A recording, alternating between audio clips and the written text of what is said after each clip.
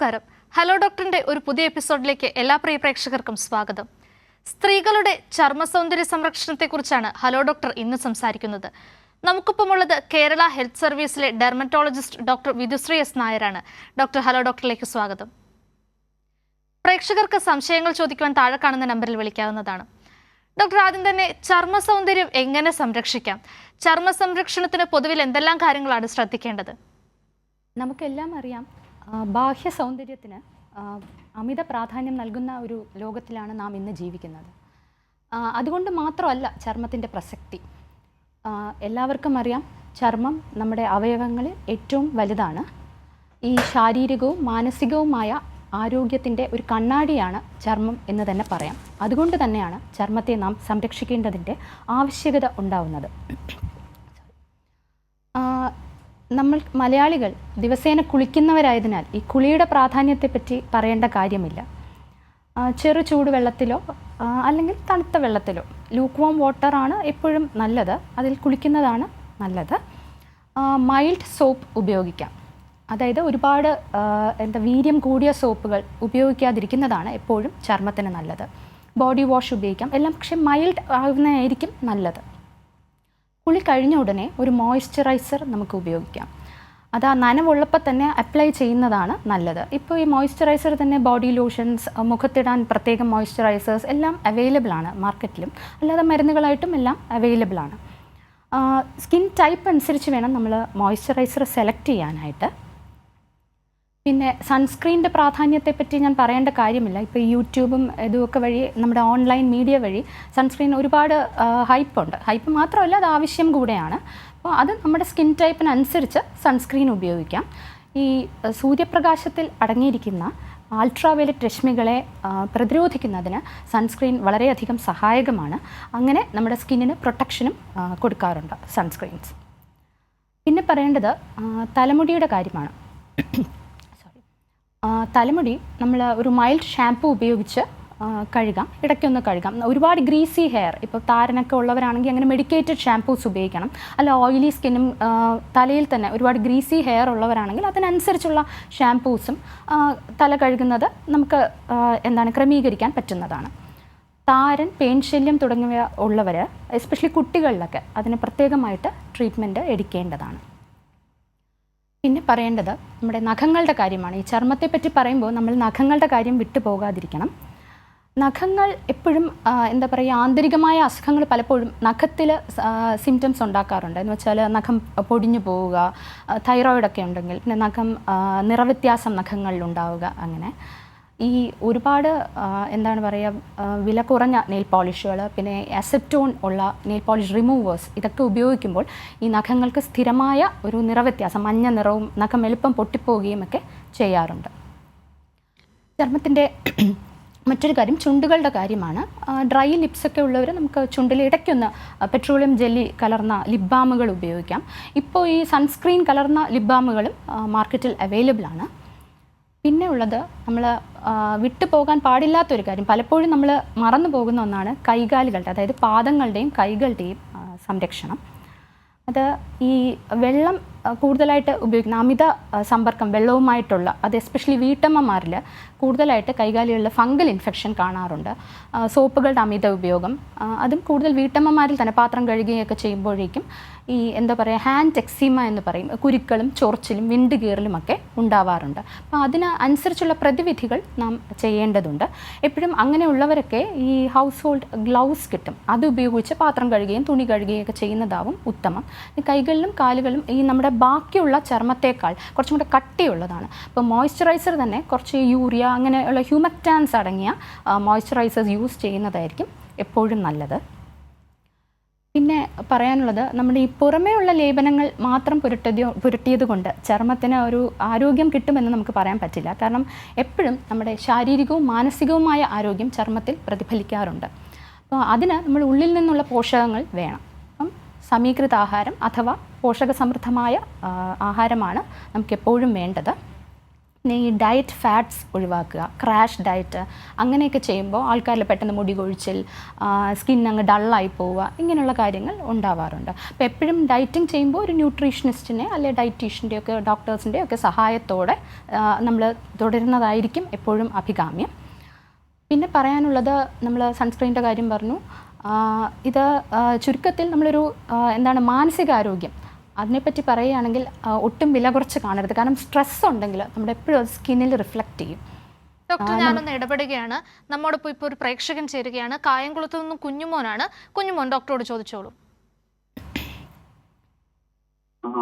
Hello hello doctor കേൾക്കുന്നുണ്ട്, പറഞ്ഞു. Doctor, എൻ്റെ ഇടത്തെ കൈയുടെ ശിനൂരിൻ്റെ അവിടുന്ന് രണ്ടാമത്തെ വിരലിൻ്റെ നഖത്തിന് കളർ വ്യത്യാസം വരുന്നുണ്ട്. അപ്പൊ ഞാൻ അടുത്തൊരു ഹെൽത്ത് സെന്ററിൽ പോയിരുന്നു. അപ്പൊ അവിടുന്ന് ആദ്യം ഓയിൻമെന്റ് തന്നു, രാവിലെ വൈകിട്ട് ഇടാൻ പറഞ്ഞു, കുറഞ്ഞില്ല. അത് കഴിഞ്ഞിട്ട് ലിക്വിഡ് ലോഷൻ ഉപയോഗിക്കുന്നു, പക്ഷെ കാര്യമായിട്ട് കളർ മാറുന്നില്ല അങ്ങോട്ട്. ശ്രീ കുഞ്ഞുമോൻ വേറെ എന്തെങ്കിലും അസുഖമുള്ള ആളാണോ? ഷുഗറോ പ്രമേഹമൊക്കെ ഉള്ള? എന്തോ? ഷുഗറൊക്കെ കൺട്രോൾഡ് ആണ്. കൺട്രോൾഡ് ആണ്. എത്ര വയസ്സുണ്ട് ഇദ്ദേഹത്തിന്? 55. അത് നഖത്തിൻ്റെ, നമുക്കത് ഡെർമറ്റോളജിസ്റ്റിനെ ഒന്ന് കാണിക്കണം കേട്ടോ. ഈ ഷുഗറൊക്കെ ഉണ്ടെങ്കിൽ ഫംഗൽ ഇൻഫെക്ഷൻ വരാൻ സാധ്യതയുണ്ട്. മനസ്സിലായില്ലേ? അപ്പോൾ ഈ നഖത്തിൻ്റെ ഒരു പ്രശ്നമെന്ന് വെച്ചാൽ നമ്മൾ ഈ തൊലിപ്പുറത്ത് മരുന്നിടുന്ന പോലെ അത്ര പെട്ടെന്ന് ഏൽക്കില്ല. നഖം കട്ടിയുള്ള ആയതുകൊണ്ട് കുറച്ച് നാൾ എടുക്കും കേട്ടോ. ഒരു കൈ നഖമൊക്കെ ആണെങ്കിൽ ഒരു 3 മുതൽ 6 മാസം വരെയൊക്കെ സാധാരണ എടുക്കാറുണ്ട്. അപ്പം പെട്ടെന്നൊരു 2 ദിവസം കൊണ്ട് ട്രീറ്റ്മെൻറ്റ് ചെയ്തിട്ട് നിർത്തരുത് എന്നാണ് എൻ്റെ അഭിപ്രായം. അപ്പം ചെയ്യാനുള്ളത്, ചിലപ്പോൾ ഉള്ളിൽ മരുന്ന് കഴിക്കേണ്ടി വരും. കേട്ടെടുത്തോളം ഫംഗസ് ആവാനാണ് സാധ്യത. പക്ഷേ എന്താണെന്നുള്ളത് നമ്മൾ നേരിട്ട് കണ്ടാലേ പറയാൻ പറ്റുള്ളൂ. അപ്പം ചെയ്യേണ്ടത് ഒരു ഡെർമറ്റോളജിസ്റ്റിനെ ഒന്ന് കാണിക്കൂ. ഇത് കുറച്ച് നാൾ ട്രീറ്റ്മെൻറ്റ് ഒന്ന് നോക്കുക. അതിലിപ്പം റിലീഫ് കിട്ടുന്നില്ല എന്നുണ്ടെങ്കിൽ ഒരു ഡെർമറ്റോളജിസ്റ്റിനെ ഒന്ന് കാണിക്കണം കേട്ടോ. ശരി ഡോക്ടർ, പ്രേക്ഷകന് മനസ്സിലായെന്ന് കരുതുന്നു. ഡോക്ടർ, നമ്മൾ ഈ ബാഹ്യ സൗന്ദര്യത്തെക്കുറിച്ച് പറയുമ്പോൾ മുഖസൗന്ദര്യത്തിന് വളരെയധികം പ്രാധാന്യം കൊടുക്കുന്നുണ്ടല്ലോ നമ്മളെല്ലാവരും. അപ്പോൾ ഈ മുഖസൗന്ദര്യം എങ്ങനെ സംരക്ഷിക്കാം? മുഖക്കുരു വരാനുള്ള പ്രധാനപ്പെട്ട കാരണങ്ങൾ എന്തൊക്കെയാണ്? ഈ മുഖസൗന്ദര്യം എന്ന് പറഞ്ഞാൽ ചർമ്മത്തിൻ്റെ, നമ്മുടെ പൊതുവെയുള്ള ചർമ്മ സംരക്ഷണത്തിനുള്ള കാര്യങ്ങൾ മുഖത്തിനും പ്രാധാന്യം അതുപോലെ തന്നെ കൊടുക്കേണ്ടതാണ്. പിന്നെ മുഖത്തിൻ്റെ കാര്യം വെച്ചാൽ നമ്മളൊരു വ്യക്തിയെ കാണുമ്പോൾ പെട്ടെന്ന് ശ്രദ്ധിക്കുന്നത് മുഖമായിരിക്കാം. അപ്പോൾ ഇതുപോലുള്ള മോയ്സ്ചറൈസിങ്ങും മോയ്സ്ചറൈസേഷനും എല്ലാം കൊടുക്കേണ്ടതാണ്. പക്ഷേ മുഖചർമ്മത്തിൽ കുറച്ച് കാരണം, ഈ മുഖക്കുരുവൊക്കെ വരാം, സെൻസിറ്റീവ് സ്കിന്നൊക്കെ ഉള്ളവർക്ക്. അപ്പോൾ അങ്ങനെയുള്ളതുകൊണ്ട് നമ്മൾ അതിനനുസരിച്ചുള്ള ലേപനങ്ങളൊക്കെയാണ് കൊടുക്കേണ്ടിയിരിക്കുന്നത്. അപ്പം ആരോഗ്യം, ഞാൻ പറഞ്ഞ സ്ട്രെസ്സ് പെട്ടെന്ന് മുഖത്ത് കാണിക്കും. പലർക്കും ഉറക്കമില്ലായ്മ അതൊക്കെ ഉണ്ടെങ്കിൽ. അപ്പോൾ എപ്പോഴും ഒരു ഹെൽത്തി മൈൻഡും ഹെൽത്തി ബോഡിയും ഉണ്ടെങ്കിൽ തന്നെ ചർമ്മം സുന്ദരമായിട്ട് തന്നെയായിരിക്കും ഇരിക്കുന്നത്. പിന്നെ മുഖക്കുരുവിൻ്റെ കാരണങ്ങൾ പറഞ്ഞാൽ ഒരുപാട് കാരണങ്ങളുണ്ട് മുഖക്കുരുവിന്. അതിലൊന്ന് ഹോർമോൺ ചേഞ്ചാണ്. നമ്മളിപ്പം പറയാനുള്ള കാരണം, ഈ കൂടുതൽ എല്ലാ പ്രായക്കാരിലും മുഖക്കുരു കണ്ടുവരാറുണ്ട്. പക്ഷെ കൂടുതലായിട്ട് കാണുന്നത് ഈ കൗമാരക്കാരിൽ, പിന്നെ ഈ ആർത്തവം അടുപ്പിച്ച് ആർത്തവ വിരാമത്തിൽ സ്ത്രീകൾ കാണാറുണ്ട്. പിന്നെയുള്ളത് ഗർഭകാലത്ത്. ഈ ഗർഭകാലത്തുണ്ടാകുന്ന മുഖക്കുരുക്കൾ സാധാരണ ഒരു ഡെലിവറിയോടെ അങ്ങ് റിസോൾവ് ചെയ്യുന്നതായിട്ടാണ് കാണാറുള്ളത്. മറ്റ് പ്രായക്കാരിൽ, ഈ കൗമാരക്കാരിലും കുറച്ച് കഴിയുമ്പോഴത്തേക്കും സാധാരണഗതിയിൽ അതങ്ങ് മാറാറുണ്ട്. പിന്നെ ചിലർക്ക് മാത്രം അത് കുറച്ച് പ്രായത്തിലോട്ട് അങ്ങ് പേഴ്സിസ്റ്റ് ചെയ്യും. അങ്ങനെയുള്ളവർക്ക് പിന്നെ ഈ സിവിയർ ഫോംസ്, അതായത് ദേഹം മുഴുവൻ വരിക, പിന്നെ നമ്മൾ നോഡുലർ സിസ്റ്റിക് ഫോം എന്നൊക്കെ പറയുന്നുണ്ട്. അതിനൊക്കെ ട്രീറ്റ്മെൻറ്റ് നമ്മൾ ഉള്ളിൽ മരുന്ന് കൊടുക്കേണ്ടതായിട്ട് വരും. ജനിതകമായൊരു കാരണം, ജനിതകം അഥവാ പാരമ്പര്യം, നമ്മുടെ അച്ഛനോ അമ്മയ്ക്കോ മുഖക്കുരു ഉണ്ടെങ്കിൽ നമുക്കും വരാനുള്ള സാധ്യതയുണ്ട്. പിന്നെ ഉള്ളത് ഈ താരൻ ഉള്ളവർക്ക് മുഖക്കുരു കൂടും. പിന്നെ ചില ഉള്ളിലുള്ള അസുഖങ്ങൾ, അതായത് നമ്മൾ മറ്റസുഖങ്ങൾ പറയുകയാണെങ്കിൽ അതിലൊന്ന് ഇപ്പം കൂടുതലായിട്ട് കേൾക്കുന്ന PCOS അഥവാ പോളിസിസ്റ്റിക് ഒവേറിയൻ സിൻഡ്രോം. അങ്ങനെയുള്ളവരിൽ മുഖക്കുരു കൂടുതലായിട്ട് കാണും. അപ്പോൾ ഒരു പേഷ്യൻ്റ് വരികയാണ്, നമ്മൾ സാധാരണ ട്രീറ്റ്മെൻറ്റ് കൊടുത്തു, മുഖക്കുരു കുറയുന്നില്ല, കൂടെ അവർക്ക് ആർത്തവ ക്രമക്കേടുണ്ട്, വണ്ണമുണ്ട്, മുടികൊഴിച്ചിലുണ്ട്, ഇങ്ങനെയൊക്കെ ഉണ്ടെങ്കിൽ നമ്മൾ PCOSനെ ഇൻവെസ്റ്റിഗേറ്റ് ചെയ്യണം. ഞാനൊന്ന് ഇടപെടുകയാണ്. നമ്മോടൊപ്പം ഇപ്പോൾ ഒരു പ്രേക്ഷകൻ ചേരുകയാണ്. മണ്ണാർക്കാട് നിന്നും സെയ്തലവിയാണ്. സെയ്തലവി, ഡോക്ടറോട് ചോദിച്ചോളൂ. ഹലോ ഡോക്ടറെ, നമ്മുടെ ഈ കാലില് ഈ കാലിൽ ചൊറിവ് മാറുന്നില്ല, അത് മാറാൻ. ശ്രീ സെയ്തലവി, എനിക്ക് മനസ്സിലായില്ല, കാലിൽ എന്താണ്? ഡോക്ടർ, കാലിൽ തൊലി പോകുന്നുണ്ടെന്നാണ് പ്രേക്ഷകൻ പറയുന്നത്. അത് മാറുന്നില്ല.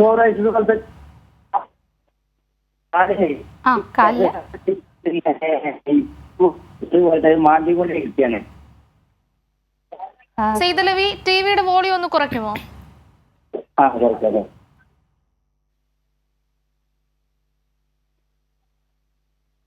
ചോദ്യം ഒന്നുകൂടി ചോദിച്ചോളൂ. ഹലോ. ഈ രണ്ട് കാലില് നമ്മളെ ഈ കാലിന്റെ അടിഭാഗത്തല്ലാതെ കുറച്ച് അതായത് ചൊറിഞ്ഞിട്ട് ഇങ്ങനെ കാല് പൊട്ടിക്കൊണ്ടിരിക്കുകയാണ്. അപ്പൊ അത് ജനറൽ സോറിയാസിന്റെ അസുഖമാണ് പറയുന്നത്. അതിന് മരുന്ന് മാറുന്നില്ല. കൈവെള്ളയിലുണ്ടോ? കൈവെള്ളയിലില്ല, കൈന്റെ പുറത്തുണ്ട്. എന്തോ തലയിലുണ്ടോ? ഇല്ല, തലയിലില്ല, കാലില് മാത്രമേ ഉള്ളൂ. കാണിച്ചിരുന്നോ? കാണിച്ചിരുന്നു. ഭേദമാകുന്നില്ല. അത് സോറിയാസിസ് ആവാൻ ഈ പറഞ്ഞതുപോലെ ഒരു ചെറിയ സാധ്യതയുണ്ട്. അത് സ്കിൻ ഡോക്ടറിനെ ആണോ കാണിച്ചിരുന്നേ? ഹലോ. അപ്പോൾ അതിന് നമ്മൾ ചിലപ്പം സ്റ്റീറോയിഡ് ഒക്കെ കലർന്ന മരുന്നുകൾ ഇടേണ്ടതായിട്ട് വരും. പിന്നെ ഉള്ളത് ചിലപ്പോൾ ഉള്ളിൽ ചൊറിച്ചിലുണ്ടല്ലേ? അപ്പോൾ ഉള്ളിൽ കഴിക്കേണ്ട മരുന്നുകളും കഴിക്കേണ്ടി വരും. പെട്ടെന്നങ്ങ് മാറില്ല. സോറിയാസിസ് ആണെന്ന് പറഞ്ഞെങ്കിൽ അത് കുറച്ച് ക്രമേണ മാറിക്കോളും കേട്ടോ, സമാധാനമായിട്ടിരിക്കും. പക്ഷേ അത് പെട്ടെന്നൊരു ചേഞ്ച് വരില്ല. അപ്പോൾ ഡോക്ടറുടെ നിർദ്ദേശപ്രകാരം മരുന്നുകൾ ചെയ്യുന്നതായിരിക്കും നല്ലത്. മാറിക്കോളും കേട്ടോ. ഡോക്ടർ, നമ്മൾ മുഖക്കുരുവിനെ കുറിച്ചായിരുന്നു സംസാരിച്ചു കൊണ്ടിരുന്നത്. ഈ മുഖക്കുരു ഉള്ളവർ കോസ്മെറ്റിക്സ് ഉപയോഗിക്കുന്നതിൽ പ്രശ്നമുണ്ടോ? അതൊരു പ്രസക്തമായ ചോദ്യമാണ്. ഒരുപാട് പേഷ്യൻസ് വന്ന് ചോദിക്കാറുണ്ട്. കാരണം മുഖക്കുരു അക്യൂട്ടായിട്ട് ചിലപ്പോൾ നല്ല കട്ടിക്കൊക്കെ വരികയാണെങ്കിൽ നമ്മൾ സാധാരണ കോസ്മെറ്റിക്സ് ഉപയോഗിക്കുമ്പോൾ പലർക്കും അത് കൂടുന്നതായിട്ടാണ് കണ്ടിട്ടുള്ളത്. ഇപ്പോൾ പിന്നെ നമുക്ക് പല നോൺ കോമിഡോജനിക് എന്നെഴുതിയതും നോൺ ഓയിലി പ്രിപ്പറേഷൻസ് അവൈലബിൾ ആണ് കോസ്മെറ്റിക്സിൽ. അപ്പോൾ അങ്ങനെയുള്ളവ ഉപയോഗിക്കാം. എന്നാലും അതൊരു ഡോക്ടറുമായിട്ട് കൺസൾട്ട് ചെയ്തിട്ട് ഉപയോഗിക്കുന്നതായിരിക്കും നല്ലത്. കാരണം ചില മരുന്നുകൾ ഈ നമ്മൾ ഫേസ് ക്രീംസ് ഒക്കെ ഇട്ടിട്ട് മുഖക്കുരു കൂടി എന്ന് പറഞ്ഞ് പലരും വരാറുണ്ട്. അതുവരെ ക്ലിയർ സ്കിന്നായിരുന്നു, ഏതൊരു പെർട്ടിക്കുലർ ക്രീം ഇട്ടപ്പം സ്കിന്നിൽ ഈ ബ്രേക്കൗട്ട്സ് മുഖക്കുരു വന്നു തുടങ്ങി എന്ന് പറയുന്നവരുണ്ട്. അതുകൊണ്ട് അത് നോക്കിയിട്ട് സ്കിന്നിൻ്റെ ടൈപ്പ് അനുസരിച്ച് ചിലർക്ക് വലിയ പ്രശ്നങ്ങളില്ലാതെ പോകും. മുഖക്കുരു ഒന്ന് താഴ്ന്നതിന് ശേഷം കോസ്മെറ്റിക്സ് ഉപയോഗിക്കുന്നതാണ് നല്ലത്. ഇനി ഉപയോഗിക്കുന്നുണ്ടെങ്കിലും ഈ മാർക്കറ്റിൽ കാണുന്ന എല്ലാം, ഓൺലൈനായിട്ട് കിട്ടുന്ന എല്ലാം അങ്ങ് ഉപയോഗിക്കാതിരിക്കുക. നമ്മൾ കുറച്ചൊരു നിലവാരമുള്ള കോസ്മെറ്റിക്സ് ഉപയോഗിക്കുന്നതായിരിക്കും എപ്പോഴും നല്ലത്. ഉപയോഗിച്ചാലും കാരണം ഇന്നത്തെ ഈ ലോകത്ത് കോസ്മെറ്റിക്സ് എല്ലാവരും ഒരു പരിധിവരെ ഉപയോഗിക്കാറുണ്ട്. പിന്നെ ചില പ്രൊഫഷൻസിനൊക്കെ കോസ്മെറ്റിക്സ്, മേക്കപ്പ് ഒക്കെ ഉപയോഗിക്കുന്നത് അത്യാവശ്യമാണ്. അപ്പോൾ അങ്ങനെയുള്ളവരൊക്കെ ഈ രാത്രി കിടക്കുന്നതിന് മുമ്പ് മേക്കപ്പ് റിമൂവ് ചെയ്യാൻ ഓർത്തിരിക്കണം. ഡോക്ടർ, അതുപോലെ തന്നെ നമ്മൾ ഈ കോസ്മെറ്റിക്സ് യൂസ് ചെയ്യുമ്പോൾ പാരബൻ ഫ്രീ ആയിട്ടുള്ള പ്രൊഡക്ട്സ് യൂസ് ചെയ്യണമെന്ന് പറയാറുണ്ട്. അതിൽ എത്രത്തോളം സത്യമുണ്ട്? പാരബന് കുറച്ചൊരു ക്യാൻസർ കോസിങ് ടെൻഡൻസി ഉണ്ടെന്നൊക്കെ ചില പഠനങ്ങളിൽ തെളിഞ്ഞിട്ടുണ്ട്. പക്ഷേ എന്നാലും പാരബൻ അങ്ങനെ പൂർണ്ണമായിട്ട് നമ്മുടെ രാജ്യത്തൊന്നും നിരോധിച്ചിട്ടില്ല. അപ്പം പല കോസ്മെറ്റിക്സിലും പല മേക്കപ്പ് പ്രോഡക്ട്സിലും ഇപ്പോഴും പാരബൻസ് ഒക്കെ ഉണ്ട്. ഒരുപാട് നമ്മുടെ സ്ഥിരമായിട്ട് അവ ഉപയോഗിക്കാതിരിക്കുന്നതാണ് നല്ലത്. ഇൻഗ്രീഡിയൻസ് ലിസ്റ്റ് നോക്കുമ്പോൾ പല കോസ്മെറ്റിക്സിലും ഉണ്ടാവും. പിന്നെ ഇപ്പോഴുള്ള പല പ്രോഡക്ട്സിലും പാരബൻ ഫ്രീ എന്നൊക്കെ എഴുതിയിട്ടുണ്ടാവും. അങ്ങനെയുള്ളവ വാങ്ങിക്കുന്നതാണ് നല്ലത്. ഡോക്ടർ, അതുപോലെ തന്നെ ഈ കണ്ണിന് താഴെയുള്ള കറുപ്പ്, മുഖത്തെ ചില നിറവ്യത്യാസമുള്ള പാടുകൾ, ഇതിനെല്ലാം പരിഹാരം എന്താണ്? ഈ കണ്ണിന് താഴെയുള്ള കറുപ്പ് ഒരു കാരണം നമ്മുടെ ഇന്നത്തെ ഈ മൊബൈൽ ഫോൺ ഉപയോഗം, സോഷ്യൽ മീഡിയയിൽ ആൾക്കാർ രാത്രി വരെ ഉറക്കമില്ലായ്മ, അതൊക്കെ ഒരു പരിധി വരെ ഒരു കാരണമാണ്. സ്ട്രെസ്സ് ഉണ്ടെങ്കിൽ. പിന്നെ അലർജി ഉള്ളവർക്ക് കണ്ണിന് താഴെ ഒരു കറുപ്പ് കാണും. എന്ന് വെച്ചാൽ കണ്ണ് തിരുമുന്ന ഒരു സ്വഭാവം, ചൊറിച്ചിലൊക്കെ ഉള്ളപ്പോൾ കുട്ടികളിൽ ഈ ഏറ്റോപിക് ഡെർമറ്റൈറ്റിസ് എന്നൊക്കെ പറഞ്ഞ അലർജി ഉള്ളവരിൽ ഉണ്ടാകും. താരൻ, ഈ സെബോറിക് ഡെർമറ്റൈറ്റിസ് ഉള്ളവർ കണ്ണ് ചൊറിച്ചിലൊക്കെ കാരണം തിരുമുന്ന ഒരു സ്വഭാവമുണ്ട്. അങ്ങനെയുള്ളവർക്ക് ഈ പറഞ്ഞ പോലെ കണ്ണിന് ചുറ്റും ഒരു കറുപ്പ് നിറം വരാം. പിന്നെ പാരമ്പര്യം, പിന്നെ ഏജ് കൂടുമ്പോൾ നമ്മുടെ ആ സ്കിന്നിൻ്റെ വാസ്കുലേച്ചർ, ആ ബ്ലഡ് സപ്ലൈയും ആ ഫാറ്റിൻ്റെ ഒക്കെ അളവ് വ്യത്യാസങ്ങൾ വരും. അപ്പം അങ്ങനെയുള്ളപ്പം കുറച്ച് പ്രായമാകുമ്പം മിക്കവർക്കും കണ്ണിന് ചുറ്റും ഒരു കറുപ്പ് വരാറുണ്ട്. പിന്നെ വേറൊരു കാര്യം എന്ന് പറഞ്ഞാൽ നമ്മൾ ഈ ചിലർക്ക് മുഖത്തിൻ്റെ സ്ട്രക്ചർ അങ്ങനെയായിരിക്കും. എന്ന് വെച്ചാൽ കുറച്ച് തടിച്ച ബോണി സ്ട്രക്ചർ അങ്ങനെയായിരിക്കും. കുറച്ച് തടിച്ച കവിളുള്ളവർ, കണ്ണ് കുറച്ച് പുറകിലോട്ട് കുറച്ച് ഇടുങ്ങിയതായിരിക്കും. അപ്പോൾ അവർക്ക് ശരിക്കും പറഞ്ഞാൽ കണ്ണിന് ചുറ്റും കറുപ്പ് നിറം അല്ല, പക്ഷേ അതൊരു ഇല്യൂഷൻ ഉണ്ടാക്കും കണ്ണിന് ചുറ്റും ഒരു കറുപ്പുണ്ടെന്നുള്ളത്. അപ്പോൾ അങ്ങനെയുള്ളവർക്ക് നമ്മൾ ഈ ഫില്ലേഴ്സ് അങ്ങനെയുള്ളത് ചെയ്ത് മുഖം കുറച്ചൊരു സ്ട്രക്ചറൽ ഡിഫറൻസ് വരുത്തുവാണെങ്കിൽ ശരിയാകും. പിന്നെ ഉള്ളത് ഇന്നിപ്പം നല്ല ട്രീറ്റ്മെൻറ്റ്സ് ഒക്കെ അവൈലബിൾ ആണ്. Kojic acid, alpha arbutin, vitamin C serums, ഇങ്ങനെയുള്ളവ നമുക്ക് ഉപയോഗിക്കാം. പിന്നെ സൺസ്ക്രീൻ നമ്മൾ എല്ലാവർക്കും ഇങ്ങനെയുള്ളവർക്ക് പ്രിസ്ക്രൈബ് ചെയ്യാറുണ്ട്. പിന്നെ അലർജി ഉണ്ടെങ്കിൽ എന്താണോ അതിൻ്റെ കൂടെയുള്ള അസുഖം അതിനുള്ള ട്രീറ്റ്മെൻറ്റ് നമ്മൾ പ്രൊവൈഡ് ചെയ്യണം. ഡോക്ടർ, അതുപോലെ തന്നെ ചർമ്മത്തിന്റെ തിളക്കം വർദ്ധിപ്പിക്കാനായിട്ട് നമുക്ക് പ്രകൃതിദത്തമായിട്ട് എന്തൊക്കെ കാര്യങ്ങൾ ചെയ്യാം? അതുപോലെ തന്നെ ആഹാര രീതിയിൽ എന്തെങ്കിലുമൊക്കെ ശ്രദ്ധിച്ചാൽ ഈ തിളക്കം നമുക്ക് വർദ്ധിപ്പിക്കാൻ സാധിക്കുമോ? ഇപ്പോഴത്തെ ഒരു ഹൈപ്പാണ് ഈ ഗ്ലാസ് സ്കിൻ അഥവാ glass skin makeup, Korean glass skin എന്നൊക്കെ പറഞ്ഞ. അപ്പം ചർമ്മത്തിൻ്റെ തിളക്കത്തിന് ഞാൻ ആദ്യം ചർമ്മം സംരക്ഷിക്കാൻ എന്തൊക്കെ കാര്യങ്ങൾ പറഞ്ഞോ അതെല്ലാം ഇതിനും ബാധകമാണ്. പിന്നെ നമ്മൾ ഓർക്കേണ്ടത് നമ്മുടെ ചിട്ടയായ ഒരു ജീവിതക്രമമാണ് ചർമ്മത്തിൻ്റെ ആരോഗ്യത്തിന് നിദാനം. അപ്പം നമ്മൾ ശാരീരികവും മാനസികവുമായ ആരോഗ്യം നമുക്കുണ്ടെങ്കിൽ ചർമ്മത്തിൻ്റെ സ്വാഭാവികമായി തന്നെ ഒരു തിളക്കം ഉണ്ടാവും എന്നതാണ് വസ്തുത. ചെയ്യേണ്ടത് നമ്മുടെ ഡയറ്റിൽ ശ്രദ്ധിക്കേണ്ടത് നമ്മുടെ ഫുഡ്, അതായത് ഞാൻ നേരത്തെ പറഞ്ഞല്ലോ പെട്ടെന്നൊരു ക്രാഷ് ഡയറ്റോ അതൊന്നും ചെയ്യാതിരിക്കുക. പോഷക സമൃദ്ധമായ ഭക്ഷണം കഴിക്കുക, പച്ചക്കറികൾ, പഴങ്ങൾ ഇവയെല്ലാം ഉൾപ്പെടുത്തുക. പിന്നെ അമിതമായി കൊഴുപ്പ്, പിന്നെ ഈ പറഞ്ഞ പോലെ ജങ്ക് ഫുഡ് ഇവ കഴിയുന്നതും ഒരുപാടങ്ങ് കഴിക്കാതിരിക്കുക. പിന്നെ ലഹരി പദാർത്ഥങ്ങൾ വർജിക്കുന്നതാണ് ഉത്തമം. പിന്നെ നമ്മുടെ വൈറ്റമിൻസും പ്രോട്ടീൻസും ഒക്കെ അടങ്ങിയ, ഉദാഹരണത്തിന് ഇപ്പം വൈറ്റമിൻ ഇ ഒക്കെ അടങ്ങിയ നട്ട്സ്, അതിലൊക്കെ ഈ ഒമേഗ ഫാറ്റി ആസിഡ്സ് ഫിഷിലൊക്കെ ഉണ്ട്. ഇതൊക്കെ ചർമ്മത്തിന് വളരെ നല്ലത് തന്നെയാണ്. പിന്നെ ഡോക്ടറുടെ നിർദ്ദേശപ്രകാരം എന്തെങ്കിലും പ്രത്യേകിച്ച് നമ്മൾ ഒരു ഡയറ്റ് ഫോളോ ചെയ്യുന്നുണ്ടെങ്കിൽ ന്യൂട്രീഷനിസ്റ്റ് അല്ലെങ്കിൽ ഡയറ്റീഷ്യനെ കണ്ടിട്ട് അതനുസരിച്ച് വേണം കഴിക്കാനായിട്ട്. ഡോക്ടർ, അതുപോലെ തന്നെ ഈ പൂപ്പൽ ബാധ അല്ലെങ്കിൽ മൊരിച്ചിൽ അങ്ങനെ പലതരത്തിലുള്ള ചർമ്മരോഗങ്ങൾ കാരണം ചർമ്മത്തിൻ്റെ ഒരു സ്വാഭാവികത നഷ്ടപ്പെടാറുണ്ടല്ലോ, അതിനൊക്കെ പരിഹാരം എന്താണ്? പൂപ്പൽ ബാധ എന്ന് പറഞ്ഞാൽ നമ്മൾ ഡെർമറ്റോഫൈറ്റോസിസ്, അത് സാധാരണ കാണുന്ന നമ്മുടെ കേരളത്തിൽ എസ്പെഷ്യലി കുറച്ച് മുന്നേ വരെ നമുക്ക് ചൂടായിരുന്നു കാലാവസ്ഥ, അപ്പം കൂടുതലായിട്ട് കാണും ഈ വട്ടച്ചൊറി എന്ന് പറയുന്ന ഇടുക്കുകളിൽ. അത് കൂടുതലായിട്ട് കാണുന്നത് ഈ അമിതവണ്ണമുള്ളവർ, ഡയബറ്റീസ് ഉള്ളവർ, ഒരുപാട് വിയർക്കുന്നവർ ഇവരിലാണ് കൂടുതൽ കാണാറുള്ളത്. പിന്നെ ഇത് പ്രശ്നമെന്ന് വെച്ചാൽ ഒരു വീട്ടിൽ ഒരാൾക്ക് വന്നാൽ പലർക്കും പടരാം. അപ്പം അതിന് നമ്മൾ സാധാരണ ഭയങ്കര ചൊറിച്ചിലുമായിരിക്കും. അപ്പം സാധാരണയായിട്ട് നമ്മൾ ഈ ആൻറ്റി ഫംഗൽ ക്രീംസ് കൊടുക്കാറുണ്ട്, അതായത് കീറ്റോകോണസോൾ, ക്ലോട്രിമസോൾ തുടങ്ങിയവ അടങ്ങിയ ക്രീംസ് കൊടുക്കാറുണ്ട്. പിന്നെ നമുക്ക് തന്നെ വീട്ടിൽ ചെയ്യാവുന്നത് നമ്മൾ വസ്ത്രങ്ങളെല്ലാം പ്രത്യേകം കഴുകുക, എന്നിട്ട് നല്ല വെയിലത്തിട്ട് ഉണക്കുക, ഇല്ലെങ്കിൽ ഇസ്തിരി ഇടുക, അത് ചെയ്യണം. പിന്നെ നമ്മൾ ഈ ഹോസ്റ്റലിലും അല്ലെങ്കിൽ ഈ സഹോദരങ്ങളൊക്കെ തന്നെ ഡ്രസ്സ് ഷെയർ ചെയ്തിടും, അത് ഒഴിവാക്കുന്നതായിരിക്കും നല്ലത്. പിന്നെ ഉള്ളത് നമ്മൾ ഈ ഡയബറ്റീസ് ഒക്കെ ഉണ്ടെങ്കിൽ അൺകൺട്രോൾഡ് ആണെങ്കിൽ ഇത് മാറാൻ പ്രയാസമാണ്, കുറേ നാൾ ട്രീറ്റ്മെൻറ്റ് എടുക്കേണ്ടി വരും. അപ്പോൾ അങ്ങനെയുള്ള കോമോബിഡിറ്റീസിന് നമ്മൾ ട്രീറ്റ്മെൻറ്റ് കൊടുക്കണം. ഇപ്പോൾ ഈ കീറ്റോകോണസോൾ അടങ്ങിയ സോപ്പുകളൊക്കെ ഉണ്ട്, ഇതിലൊന്നും കൺട്രോൾഡ് ആവുന്നില്ല എന്നുണ്ടെങ്കിൽ നമുക്ക് ഉള്ളിൽ മരുന്ന് കൊടുക്കേണ്ടി വരും. ഇപ്പം ചൊറിച്ചിലിന് ആൻറ്റിഹിസ്റ്റമിൻസ് കൊടുക്കാം, ഉള്ളിൽ നമുക്ക് ഇട്രാകോണസോൾ, ടെർബനാഫിൻ, ഫ്ലൂകോണസോൾ തുടങ്ങിയവ അടങ്ങിയ ടാബ്ലറ്റ്സ് ഒക്കെ അവൈലബിൾ ആണ്. ഡോക്ടർ, അതുപോലെ തന്നെ ധാരാളമായി വെള്ളം കുടിക്കുന്നത് ചർമ്മത്തിന്റെ സൗന്ദര്യം നിലനിർത്തുന്നതിന് ഒരു കാരണമാണെന്ന് കേട്ടിട്ടുണ്ട്, ശരിയാണ്?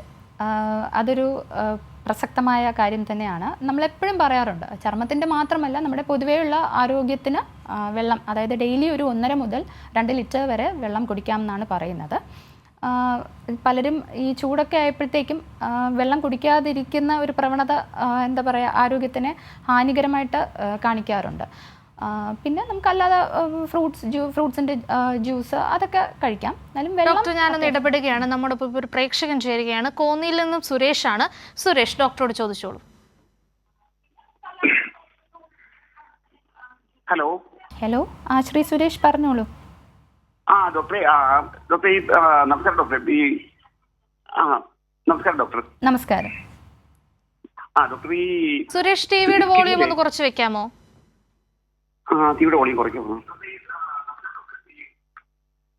ചോദിച്ചോളൂ. ഹലോ ഡോക്ടർ, ഈ സ്കിന്നിലെ ഈ പൊരികണ്ണി എന്ന് പറഞ്ഞ സാധനമുണ്ടല്ലോ, പൊരികണ്ണി. അതെ അതെ, പൊരികണ്ണി ഇല്ലേ, പൊരികണ്ണി. മനസ്സിലായി. അത് വീണ്ടും വീണ്ടും വരികയാണ് മാഡം. ശ്രീ സുരേഷിന് എത്ര വയസ്സുണ്ട് ഇപ്പോൾ? 60. മറ്റ് അസുഖങ്ങൾ എന്തെങ്കിലും ഉണ്ടോ? ഇല്ല. കാണിച്ചിരുന്നോ? ഒരു ഡോക്ടറിനെ എങ്ങാനും കാണിച്ചിരുന്നോ? ഞാൻ മെഡിക്കൽ സ്റ്റോറിൽ നിന്ന് ബൊറാക്സിൻ എന്ന് പറഞ്ഞൊരു സാധനം വരട്ടുക, വീണ്ടും വരിക. മെഡിക്കൽ സ്റ്റോറിൽ നിന്നും ബൊറാക്സിൻ വാങ്ങിച്ചു. ഓക്കെ. ബൊറാക്സിൻ സിദ്ധ മരുന്നാണ്. അതിൽ കുറയുന്നില്ല എന്നുണ്ടെങ്കിൽ നേരിട്ട് ഒരു ഡോക്ടറിനെ ഒന്ന് കാണിക്കണേ, സ്കിൻ സ്പെഷ്യലിസ്റ്റിനെ. ഷുഗർ ഉണ്ടോ? ഡയബറ്റിക് ആണോ? വേറെ തൈറോയിഡോ എന്തെങ്കിലും? ഇല്ല, ഷുഗറൊന്നുമില്ല. ഒന്നുമില്ല. അപ്പോൾ നമുക്ക് ചെയ്യാവുന്നത് അടുത്ത PHC അല്ല അടുത്തുള്ള ആശുപത്രിയിൽ ചെല്ലുവാണെങ്കിൽ നമുക്ക് ഈ ഫ്ലോട്രിമസോൾ ക്രീം ഒക്കെ കാണും, അല്ലെങ്കിൽ വിറ്റ്ഫീൽഡ്സ് ഓയിൻമെൻറ്റ് എന്നൊക്കെ പറഞ്ഞ് കിട്ടും. അത് കുറച്ച് നാൾ, അതെ അല്ല, അത് ആശുപത്രിയിൽ ചെല്ലുമ്പോഴേ ഡോക്ടർ പ്രിസ്ക്രൈബ് ചെയ്യും. അപ്പോൾ അത് കറക്റ്റായിട്ട് കുറച്ച് നാൾ പുരട്ടേണ്ടി വരും. പിന്നെ മാറുന്നില്ല എന്നുണ്ടെങ്കിൽ ഉള്ളിൽ മരുന്ന് കഴിക്കേണ്ടി വരും കേട്ടോ. ശരി, ഓക്കെ. ശരി ഡോക്ടർ, പ്രേക്ഷകന് മനസ്സിലായെന്ന് കരുതുന്നു. ഡോക്ടർ, അതുപോലെ തന്നെ ഈ കാലാവസ്ഥാ മാറ്റം ചർമ്മത്തിന്റെ ആരോഗ്യത്തെ ബാധിക്കാറുണ്ടല്ലോ. അപ്പോൾ കാലാവസ്ഥ ഇങ്ങനെ മാറി വരുന്ന ഈ ഒരു സാഹചര്യത്തിൽ നമ്മൾ എന്തൊക്കെ കാര്യങ്ങൾ ശ്രദ്ധിക്കേണ്ടതായുണ്ട്? കാലാവസ്ഥ എന്ന് പറയുമ്പോൾ നമുക്ക് ഈ പറഞ്ഞ പോലെ കുറച്ച് നാൾ മുന്നേ വരെ നമുക്ക് ഭയങ്കര ചൂടായിരുന്നു. അപ്പോൾ ഈ അമിത വിയർപ്പ്, ചൂടുകുരു, ഫംഗൽ ഇൻഫെക്ഷൻ ഇതെല്ലാം ഒരുപാട് പേരിൽ ഉണ്ടാവാറുണ്ടായിരുന്നു. ഇതിനൊക്കെ നമ്മൾ പ്രതിവിധി എന്ന് പറഞ്ഞാൽ ഏജ് ഗ്രൂപ്പും അനുസരിച്ചിട്ടാണ്. ബിക്കോസ് കുട്ടികളിൽ ചൂടുകുരു കൂടുതലായിട്ട് വരുമ്പോൾ നമ്മൾ കലാമിൻ ലോഷൻ അത് മുതിർന്നവരിലും കൊടുക്കാം. പക്ഷേ ഡയബറ്റീസ് അങ്ങനെയൊക്കെ ഉള്ളവരിൽ, പിന്നെ കുട്ടികളുടെ ഒരു പ്രശ്നമെന്ന് വെച്ചാൽ ചൊറിഞ്ഞ് അത് ഇൻഫെക്ഷൻ ആക്കും. ഡയബറ്റീസ് ഉള്ളവരിലും ഒരു bacterial infection, secondary bacterial infection വരും. അപ്പോൾ അങ്ങനെ ഉണ്ടെങ്കിൽ നമ്മൾ ഉള്ളിൽ സിസ്റ്റമിക് ആൻറ്റിബയോട്ടിക്സ് കൊടുക്കേണ്ടതായിട്ടുണ്ട്. സാധാരണഗതിയിൽ ചൂടുകുരു ഒരു മൈൽഡായിട്ട് വന്നിട്ട് അങ്ങ് പോകാറാണുള്ളത്. പക്ഷേ ഇപ്പോഴത്തെ ഈ ചൂട് കുറച്ച് കഠിനമായിരുന്നതിനാൽ പലർക്കും കുറച്ച് അസഹനീയമായിരുന്നു, ഇൻഫെക്ഷൻസ് ഒക്കെ വരാറുണ്ടായിരുന്നു. ഈ ആൻറ്റി ബാക്ടീരിയൽ സോപ്സ് ഉപയോഗിക്കാം. നമുക്ക് പുരട്ടാനായിട്ട് ആൻറ്റിബയോട്ടിക് ക്രീമുകൾ ഉപയോഗിക്കാം, അങ്ങനെയുള്ള. പിന്നെ ഫംഗൽ ഇൻഫെക്ഷൻ ആണെങ്കിൽ അതിൻ്റെ ട്രീറ്റ്മെൻറ്റ് നമ്മൾ ചെയ്യേണ്ടതാണ്. ഇപ്പോൾ പിന്നെ ക്ലൈമറ്റ് മാറി, നല്ല മഴയാണ്. അപ്പം അതിൻ്റെ ഒരു പ്രശ്നം എന്ന് വെച്ചാൽ കുറച്ച് തണുപ്പൊക്കെ തുടങ്ങി. അപ്പം ഈ വരണ്ട ചർമ്മക്കാർക്ക് അത് ചർമ്മം കൂടുതൽ വരണ്ടതായിട്ട് മാറും. അപ്പം നേരത്തെ പറഞ്ഞതുപോലെ മൈൽഡായിട്ടുള്ള സോപ്പ് അല്ലെങ്കിൽ മൈൽഡായിട്ടുള്ള ബോഡി വാഷ് ഇതൊക്കെ ഉപയോഗിക്കാം. എപ്പോഴും ഒരു മോയ്സ്ചറൈസർ ഓർ ബോഡി ലോഷൻ ഉപയോഗിക്കുക. അത് എസ്പെഷ്യലി നമ്മൾ ഈ സെറമൈറ്റ്സ്, ഹൈലൂറോണിക് ആസിഡ് ഇങ്ങനെയൊക്കെ അടങ്ങിയ, സ്ക്വാലീനൊക്കെ അടങ്ങിയ അത് നമുക്ക് സെലക്ട് ചെയ്ത് ഉപയോഗിക്കാം. ഒരുവിധം നല്ല പ്രോഡക്ട്സ് മാർക്കറ്റിലൊക്കെ അവൈലബിൾ ആണ്. ഇല്ലെങ്കിൽ ഒരു ഡോക്ടറുടെ നിർദ്ദേശത്തോടെ ഉപയോഗിക്കാം. കുളിച്ചു കഴിഞ്ഞാൽ പലതവണ, എന്ന് വെച്ചാൽ ആ ഡ്രൈനെസ് പെട്ടെന്ന് മാറില്ല. പിന്നെ ഉള്ളത് ഈ മഴയുള്ളതുകൊണ്ട് വെള്ളത്തിൽ ജോലി ചെയ്യുന്നവർ, ഈ പാടത്തൊക്കെ ജോലി ചെയ്യുന്ന പലർക്കും കാലിൽ ഫംഗൽ ഇൻഫെക്ഷൻ വരാറുണ്ട്. അത് കൂടുതലായിട്ട് ഇൻറ്റർട്രൈഗോ എന്ന് പറയും. കൂടുതലായിട്ട് കാണുന്നത് ഈ വിരലുകൾ തമ്മിലുള്ള ഗ്യാപ്പ്, അകലം അത്രത്തോളം ഇല്ല. വിരലുകൾ ഇങ്ങനെ അടുത്തിരിക്കുന്നവരിലാണ് കൂടുതലായിട്ട് കാണാറുള്ളത്. ചൊറിച്ചിലും വ്രണങ്ങളും ഒക്കെ വരാറുണ്ട്. പിന്നെ ഉള്ളത് ഈ ഷൂസ് സ്ഥിരം ഉപയോഗിക്കുന്ന ആൾക്കാരിൽ കാണാറുണ്ട്. അമിതമായിട്ട് വേർക്കുന്ന ഈ കൈകാലുകൾ ചിലർക്ക് കൂടുതലായിട്ട് വേർക്കും. അപ്പോൾ ഇങ്ങനെയുള്ളവരെല്ലാം കൃത്യമായിട്ട് ഡോക്ടറിനെ കണ്ട് ട്രീറ്റ്മെൻറ്റ് എടുക്കണം. ആൻറ്റി ഫംഗൽ പൗഡർ ഉപയോഗിക്കാം. വിയർപ്പ് കൺട്രോൾ ചെയ്യാനായിട്ട് അതിനുള്ള ലോഷൻസും സ്പ്രേസും അവൈലബിൾ ആണ്. കുറച്ച് നാൾ ചിലപ്പം മരുന്ന് കഴിക്കേണ്ടതായിട്ട് വരും. ശരി ഡോക്ടർ, വ്യക്തമാണ്. ചർമ്മ സൗന്ദര്യ സംരക്ഷണത്തെക്കുറിച്ചാണ് ഹലോ ഡോക്ടർ ഇന്ന് സംസാരിച്ചത്. നമ്മോടൊപ്പം ഇന്ന് ഈ വിഷയത്തെക്കുറിച്ച് സംസാരിച്ചത് കേരള ഹെൽത്ത് സർവീസിലെ ഡെർമറ്റോളജിസ്റ്റ് ഡോക്ടർ വിധുശ്രീ എസ് നായരാണ്. ഡോക്ടർ നന്ദി. ഹലോ ഡോക്ടറിൻ്റെ ഇന്നത്തെ സമയം ഇവിടെ പൂർണ്ണമാവുകയാണ്. മറ്റൊരു വിഷയമായി വീണ്ടും കാണും വരേക്കും നമസ്കാരം.